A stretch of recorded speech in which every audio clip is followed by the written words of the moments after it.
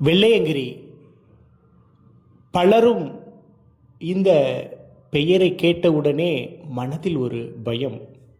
ஏனென்றால் 7 மலைகளை கடந்து இவரை தரிசிக்க வேண்டும். ஆனால் அனைவருக்கும் வாய்ப்பு கிடைக்குமா என்பது கடினம் என்ற விஷயம் அனைவருக்குமே தெரியும். கண்டிப்பாக அது உண்மை. இந்த ஈசனை தரிசிக்க வேண்டுமென்றால் எத்தனை கஷ்டங்களை எல்லாம் நாம் கடந்து தரிசிக்க வேண்டியிருக்கும். அவரை தரிசிப்பதற்கு அந்த 7 மலைகளை கடப்பதற்கான உடல் தகுதியை நமக்கு அவர் கொடுக்க வேண்டும் ஒன்றே. அதேபோன்று அவரை பார்ப்பதற்கான சூழ்நிலைகள் நம்ம அமையணும். எத்தனை பேர் பார்க்கணும், நல்ல உடல் தகுதியோடு இருப்பாங்க. ஆனால் அவங்க குடும்ப சூழ்நிலையே போகிறதற்கான வாய்ப்பு, நேரம் இதெல்லாம் கிடைக்காது.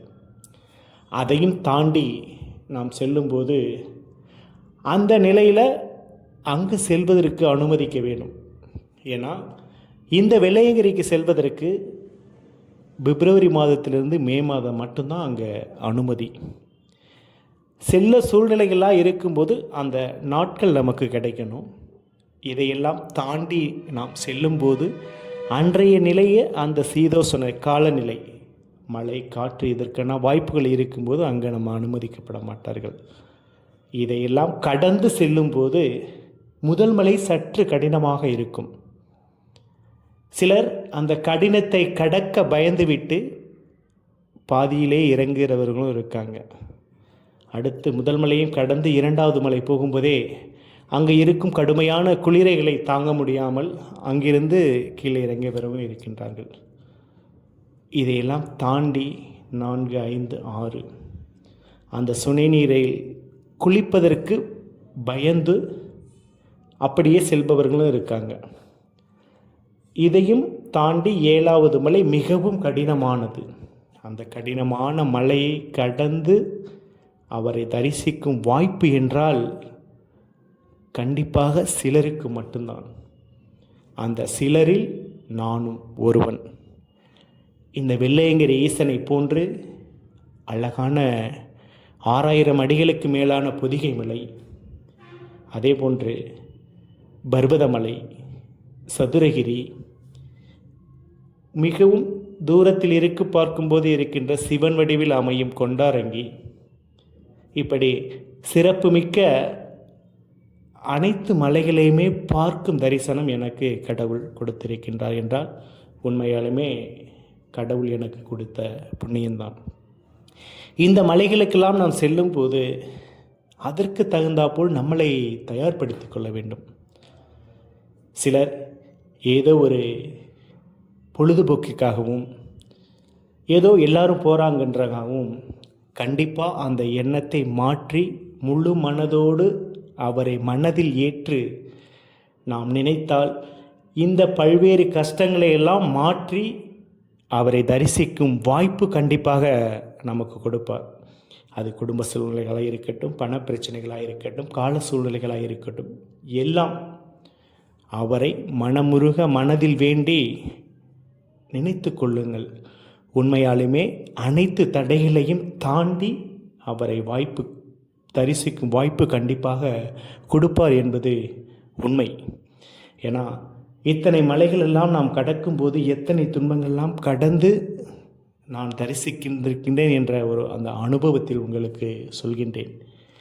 அப்படிப்பட்ட பல்வேறு இந்த மலையேற்றங்களெல்லாம் தரிசிக்கும்போது பல்வேறு சுவாரஸ்யமான அந்த அனுபவங்களை நாம் பெற்றிருப்பது தான் உண்மை.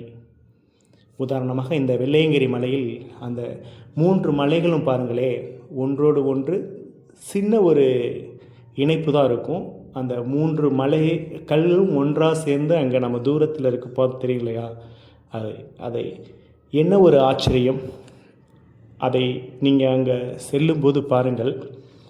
அந்த 3 மலையும் இடையில் ஒரு சின்ன ஜாயின் மட்டும்தான் இருக்கும்.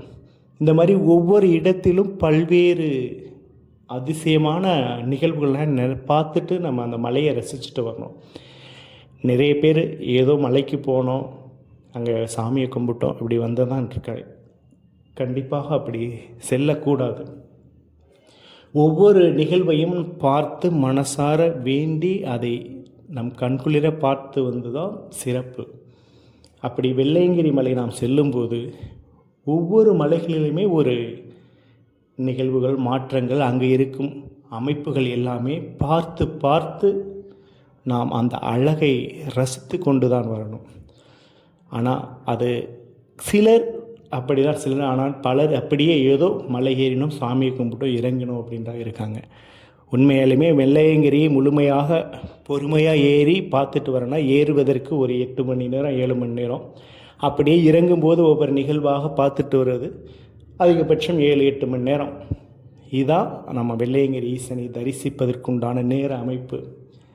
சிலர் ஆனால் அப்படியே ஏதோ வேகமாக ஏறிட்டு வேகமாக இறங்குறாங்க. இப்படி நாம் மலையேற்றத்தின் போது அனைத்து அமைப்புகளையும் நமக்கு ஈசன் கொடுக்கின்றார் என்றால் அதை நாம் முழுமையாக பயன்படுத்தி முழுமையாக அந்த மலைகளோட அமைப்பையும் பார்த்து ரசித்து நாம் தெரிஞ்ச விஷயங்களையும் மற்றவர்களுக்கும் சொல்வது தான் சால சிறந்தது. இப்படி பல்வேறு மலைகளை எல்லாம் பார்த்து அதை முழுமையாக ஒரு காணொளியாக பதிவிட்டு உங்களுக்கு பதிவிடுகிறேன் என்றால் எத்தனையோ பேர் இந்த காணொளியெல்லாம் பார்த்து சந்தோஷப்படுகின்றார்கள். தான் பெற்ற இன்பம் வையகமும் பெற வேண்டும் என்பதற்காக நேரத்தை பொருட்படுத்தாமல் பல்வேறு நேரங்கள் இதற்கென்று ஒதுக்கி பல்வேறு நிகழ்வுகளெல்லாம் தனித்தனியாக பிரித்து உங்கள் பார்வைக்காக பல மலைகளுக்கு சென்ற வீடியோவை பதிவிடுகின்றேன். முழுமையாக அதை பார்த்து அதில் கருத்துக்களை எல்லாம் பதிவிடுங்கள். நீங்கள் பதிவிடும் கருத்தை பொறுத்து தான் அடுத்தடுத்து என்னோட அந்த தொகுப்பு அமையும். என்னோட அடுத்த ஒரு உற்சாகத்திற்காக அது அடுத்தடுத்த நிகழ்வுகளை பதிவிட தோணும் என்பதை அன்போடு உங்களுக்கு நினைவு கூறி இன்னும் பல்வேறு மலைகளுக்கெல்லாம் சென்ற அனுபவங்களையும் உங்களுக்கு பதிவிடுகின்றேன்.